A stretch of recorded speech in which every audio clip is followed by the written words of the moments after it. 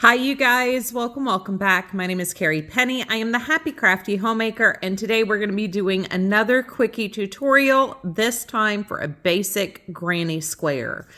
As with the corner to corner square, which I will have in the description box down below, this is a quickie tutorial. This is a basic technique, a basic concept. This applies to multiple different hook sizes, yarn sizes. You use what you want to use. Today, I'm going to be using my size I 5.5 millimeter Clover Amore hook and some Premier Basics yarn in the color Lemon.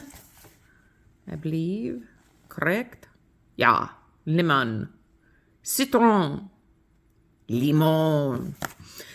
I have been working on scrap squares starting at the beginning of 2022 and continuing now into 2023 as I am building more of the blankets and continuing to use my scraps as I go to make corner to corner squares and granny squares. A number of you guys have asked how I do my granny squares because they seem to turn out neat and pretty square. So that's what this is. This is very super basic, very quick, no frills kind of tutorial, which is right up my alley for filming. Please forgive any reflection we have on the table today. We do have a little bit of glare and I did not completely clear off my table for this. Bear with me. In order to follow along with this, you will need to know how to chain and how to do a double crochet. That is all. So I am going to get everything set up and then we're going to move into the tutorial.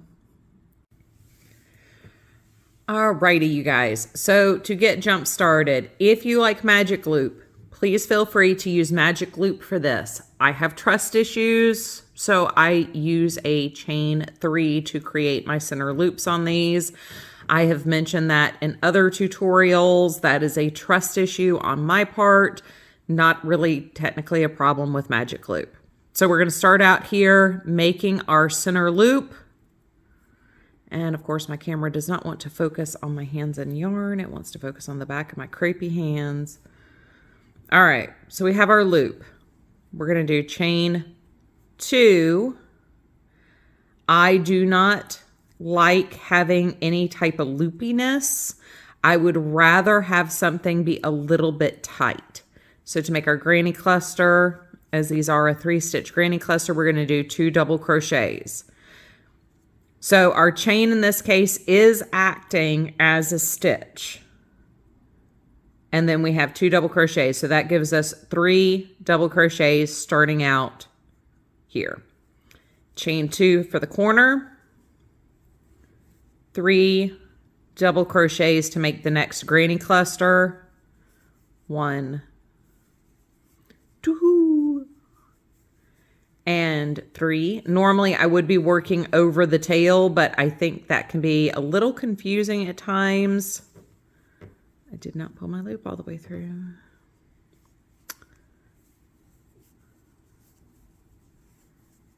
All right, so we have 2 granny clusters in a corner. A square has 4 corners, so we need to keep going. 1, 2, 3. So now we have 3 sides and 2 corners. Squish that around where that makes sense. So we need another corner. We need our 4th side here. 1, 2, and 3. Chain 2. And we're going to slip into the top of our chain 2.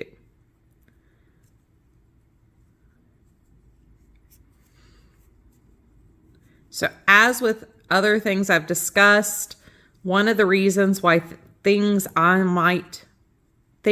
make might look a little bit tighter and sometimes a little bit neater is because I do not have that extra chain in there.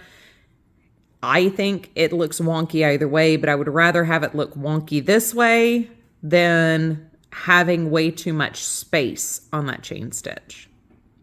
It's a personal preference thing. So the next thing we're going to do to start round 2 is I'm going to chain 2 and do 2 double crochets into the same corner. So we're not, I know a lot of tutorials have you slip stitch either over these. I don't do that anymore. And I also think this is going to squish this together just a little bit more and make that not look quite as wonky as we continue along. I also am not going to chain over the distance here. So we're going to go working straight into our next corner with 3 double crochets, a chain 2, and 3 double crochets. So 3 double crochets, chain 2, 3 double crochets. There are times where you want that extra space in there. Say this where you were doing a big square blanket or a big rectangle blanket using a granny square method. If you're going to put a border around it, you might want to create a little extra space here to accommodate any type of stitches you might put there. If you're going to do a basic single crochet, you don't need that extra space there. You do want to work that sometimes though to create distance or create a visual separation. But for the purpose of building a square that you're going to be incorporating into a blanket, I don't think that extra chain is necessary. So we have our first complete corner made. We're going to go to our next corner here, 3 double crochets, chain 2, 3 double crochets.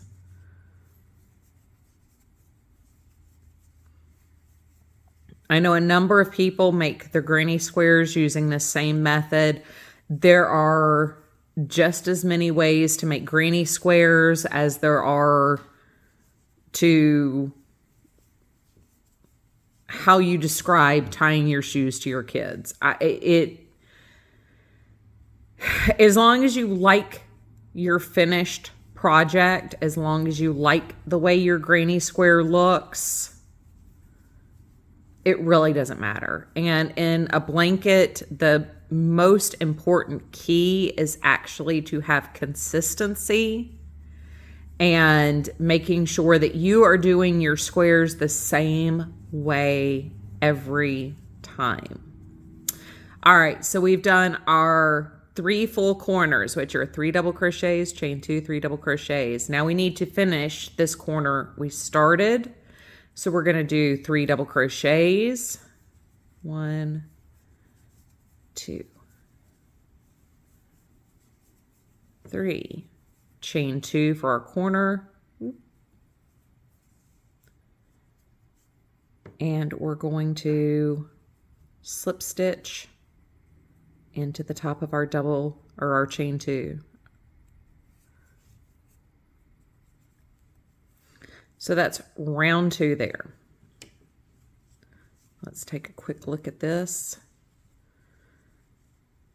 So as you stretch this and manipulate this into your blanket, that's going to be kind of hidden there. You're not really going to notice that there's any wonkiness. And same thing as this corner continues to grow in the same method, anything that might be wonky there, in my opinion, is hidden. And you won't really see that that's where we're starting. So the next row, row 3, chain 2, work 2 double crochets into that same corner.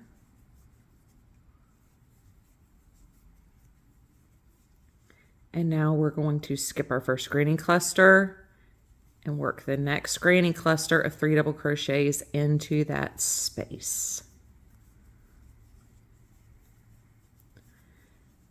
And I think this gives us a nice, you can see where those 3 stitches are there. It gives us a nice full feeling in that space, not having that chain 1 there. And there's just enough space there for your stitches to go. On the corner, once again, it's 3 double crochets, chain 2, 3 double crochets.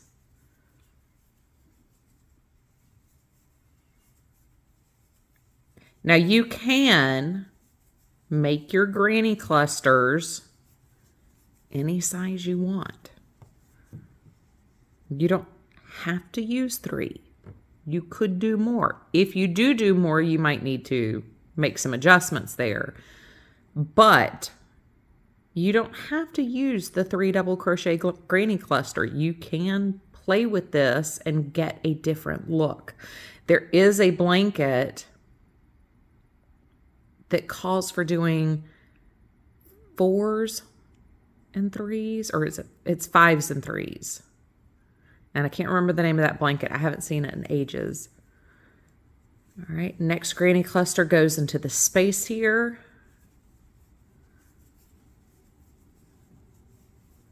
Three double crochets. Then we've got our corner, which is 3 double crochets, chain 2, 3 double crochets.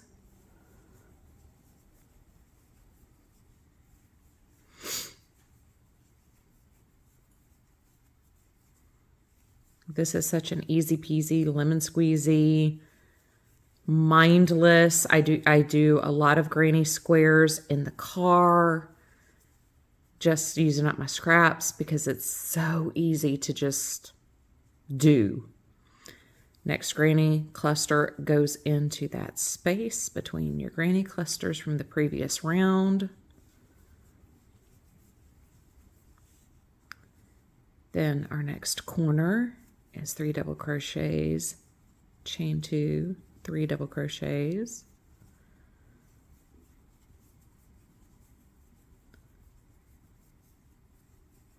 And if you want to tighten your corners in, if for some reason your chains are very loose compared to your double crochets, you don't have to do 2 in the corner. You can do just 1 in the corner as long as you can easily fit all your stitches in there and it's the look you want.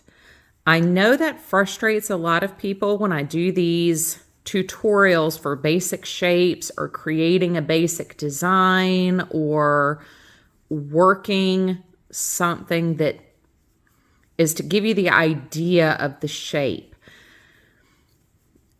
I give you different alternatives like that so you can alter things to make them appear how you want them to appear. A lot of people think that there's a right and a wrong way to do things. Once again, consistency is more important than right or wrong, as long as your stitches are giving you the appearance of what you are looking for. This is as much, in the case of these where, obviously gauge doesn't matter, you're trying to create a shape or a basic stitch pattern, this is more about your personal aesthetics than doing it right. And that's why I give you different alternatives for how to alter things to create the look you may be looking for. So we're back to where we need to complete our corner here. So we're going to slip stitch into the top of our chain 2. I do recommend slip stitching into the chain 2 versus around the chain 2 because that will diminish any gapping you can get between the chain and the stitch. That is also why in a lot of cases you will see in things that I've made, I don't utilize a chain up necessarily to create my distance. I will use an elongated stitch. So it might be a little bit fuller there. I don't like to create extra gaps in my crochet. So we're going to create another corner. So we've got our chain 2 and 2 double crochets. And in the spaces here between our granny clusters, we're going to do new granny clusters.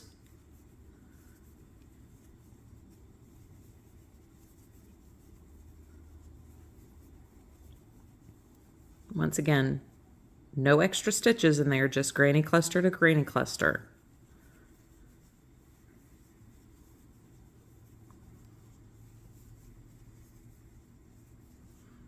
And now to work corner, which is granny cluster, chain 2, granny cluster.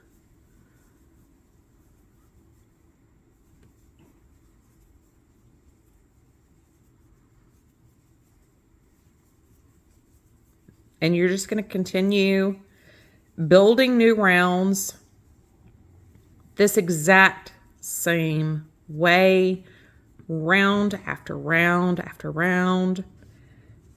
Now, one of the advantages to this type of granny square, let me tilt the camera forward here so we can get a better overhead. We don't have any spiral occurring, and everything is nice, neat, and tight. If you do the slip stitch method where you slip over to the next gap, you can get it to where everything starts to slightly appear like it's turning in your granny square if you build out a sufficient number of rows. This way, everything stacks vertically and you don't get any extra spin to your work. Everything's in the motion you mean to build in. The other way to prevent that slight turning is if you turn your rounds. Instead of building in the round with the front side facing the entire time, you can turn your work just like you do if you're working a back and forth row. And that's a whole nother technique, but this is a nice way to get nice even stacking, no spinning, no offsets, and it's just very easy to quickly go around. So you'll continue to build this granny square to whatever size you want it to be, trim, weave in your ends, and go. So it's pretty easy peasy lemon squeezy. There's nothing fancy about this. There's nothing unusual really about this technique other than I do, once again, do a chain 2 instead of a chain 3. And I'm building out with a half corner, working across the row, corner, working across the row, corner, working across the row, corner, working across the row. And then we complete the last 2/3 of our corner there. But that's all I do. That's why mine might look slightly different than some of the granny squares you have made in the past. I hope that you guys enjoy this. I do not have a tutorial for joining granny squares as of filming this. However, in the future, I may decide to share something. If you want something quickly that is available to you right now, though, I would recommend the Hooked on Robin joining techniques. She has an open granny square join and a closed granny square join, and it is a true continuous join where you work blocks together in a single pattern and then work your rows in a continuous pattern. So you never have to stop to weave in ends. It is one continuous join throughout your entire project.